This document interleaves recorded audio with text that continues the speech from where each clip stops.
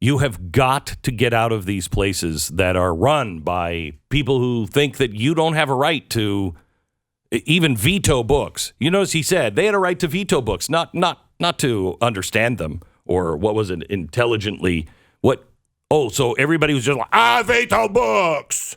What, they're not making intelligent decisions? No, they're just making decisions you, the people in power, don't agree with. It's so revealing how completely absurd he thinks this idea is, that the parents would have a right to tell their kids, teach their kids what they should. It's unbelievable. What the system. I mean, it's like he thinks it's a completely bonkers alien idea that the parents would be in control of their own kids' education. So may I recommend that, as I say to you, batten down the hatches. Anybody who says, boy, that's been a weird year. Well, I'll be glad for the new year. Shut up! Because it's going to be worse. If you think you don't recognize your country now, mark my words, this time next year, when I say, remember when I said, you won't recognize it from this year. It will be that different. And I can't recommend highly enough to get to places where you're not in the minority. Get to places where there are good, decent people who don't care who you voted for, but they do care if you love America and you believe in the Bill of Rights. You vote whatever you want. Do you believe in the Bill of Rights? Do you believe that all men are created equal? Do you believe there shouldn't be some dictator telling you exactly what to do and not to do? Because I do. And then more importantly, I think you need to live in a place where God and the Judeo-Christian ethic is really strong, because we're going to have to start relying on each other. And I don't mean we're going to rely on each other because you got caps and I got balls, and so we're going to shoot it up. I mean rely on each other for help, for food. You are going to see in the next year empty shelves everywhere. We are going to, that's if the economy still is chugging next year. If it's not, you're definitely going to see empty shelves. But you're going to see the supply chain collapse.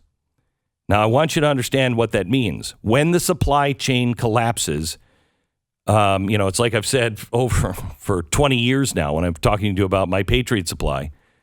And I'll be like, because, when a truck can't make it to your grocery store 8 times a day to replenish the shelves, that's the average. Each grocery store is replenished 8 times a day.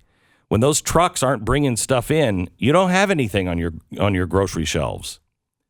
How many of us have already experienced this in grocery stores? I know there are things and brands that I have wanted to buy. If I, for instance, can't buy, what's the Mexican water, the Topo Chico. I can't find that. Now, I know it's out there. I've gone to 3 grocery stores. I can't find it. Okay? What happened to that? And I don't know if it's a supply chain, if they stopped carrying it or whatever. I just can't find it. I know there are many things. I ordered a stove a year ago.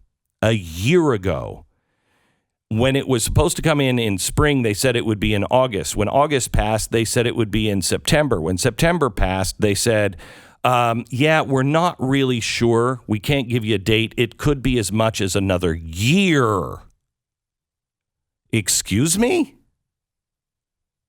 What? How many times have you gone to buy certain things and it's just not there anymore? And you're like, wow, that's weird. I'm telling you, these are the birth pangs of things to come. There is a group of dock workers, they're all the transportation people. They're the heads of the truck drivers and airlines that are doing cargo shipments and the seafarers. They went to the UN and gave the UN a massive warning and said, you're on the verge of a complete system collapse because of what the governments are doing with COVID, how they're restricting people, how they're giving disincentives to work. By paying people extra to stay home, it is collapsing the supply chain. The California ports, just the California ports, about to break. All that stuff sitting out on the coast can't be brought in because there's nobody to truck it. There's no way to get there's no way to get them out of the ports. There's nobody to put them onto trucks. And it's all because of the regulations that the government are doing all over the world now.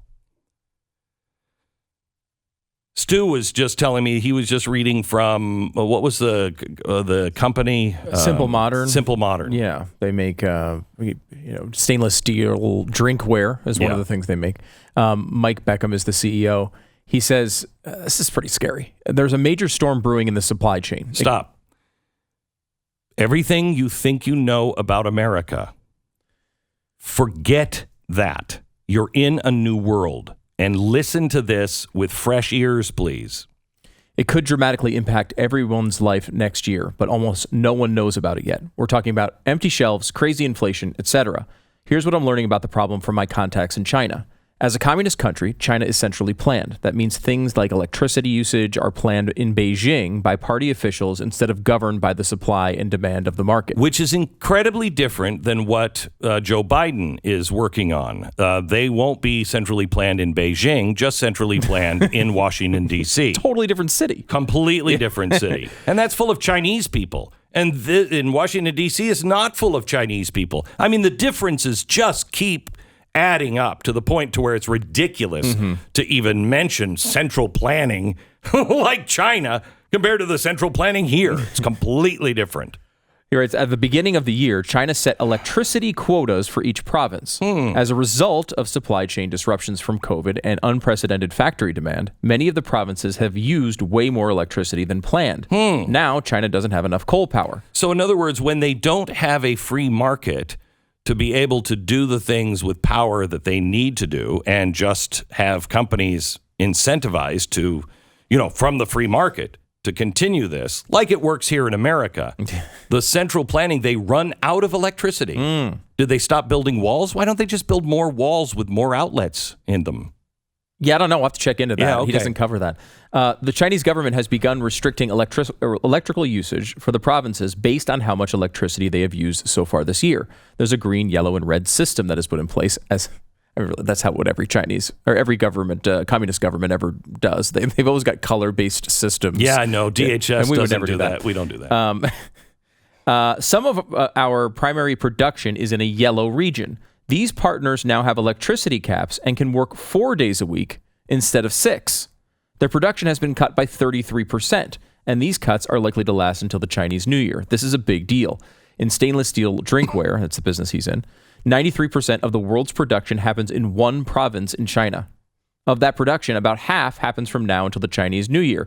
What that means is about 20% of the world's production isn't going to get built this year. Products being produced in the more restricted red regions are going to get hit even harder. There are already stories about regions having to operate by candlelight due to the power rationing. The problem with COVID is that it led to cascading failures throughout the supply chain. If production drops so dramatically over the coming months, then empty shelves will be commonplace. We are talking about a situation where many product types will be completely nuked. Do your Christmas shopping now. That's not what I want you to take from this article. No, but with little kids? Little kids, do your Christmas shopping right now, because it's going to be very bad this Christmas. Even more concerning is what will happen on the other side of the Chinese New Year. The lack of production caused by the electrical shortages is going to cause an unprecedented amount of demand on Chinese factories in 2022. It's very likely that if that happens, we will see the biggest traffic jam the supply chain has ever experienced.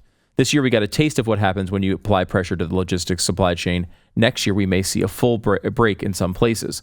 One additional point is that China is simultaneously rolling out its 2021 to 2022 autumn and winter action plan for air pollution management. This plan curtails even more production from factories with higher pollution. And it goes on and on. But you get the point here.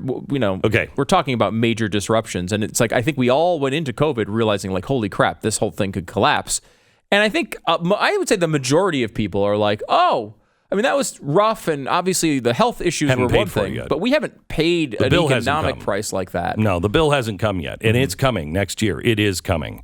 Let me just go back to the ports in California. So 40% of all of the stuff that comes in on cargo ships come into 11 ports in California.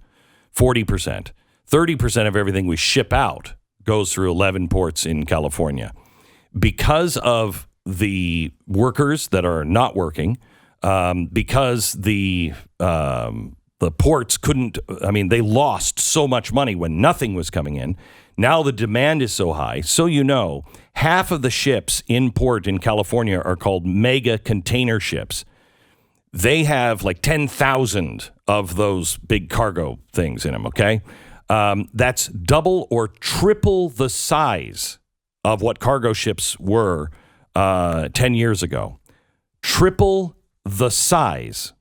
So it takes them a lot longer to load and unload, which means there are more trucks, trains, and warehouses that are needed to unload, store, and transport the good. Half of them are these.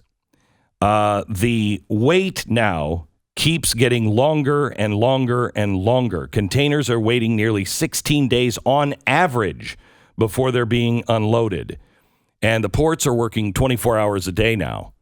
This is unsustainable. They have 100+ ships sitting waiting outside of Los Angeles alone to try to get into the ports. Everything that you're looking for on your shelf, a lot of it is sitting out waiting for somebody to open it and be able to get it onto a truck. It's sitting in the water right now. That's not all of the demand. As you heard, China can't keep up with the demand, and it's about to break in China because of electricity. But not just electricity, kids. They're also going now through a massive economic problem. Please hear me. Shortages are coming. You will look at shelves next year and you will wonder if you are even in the United States of America.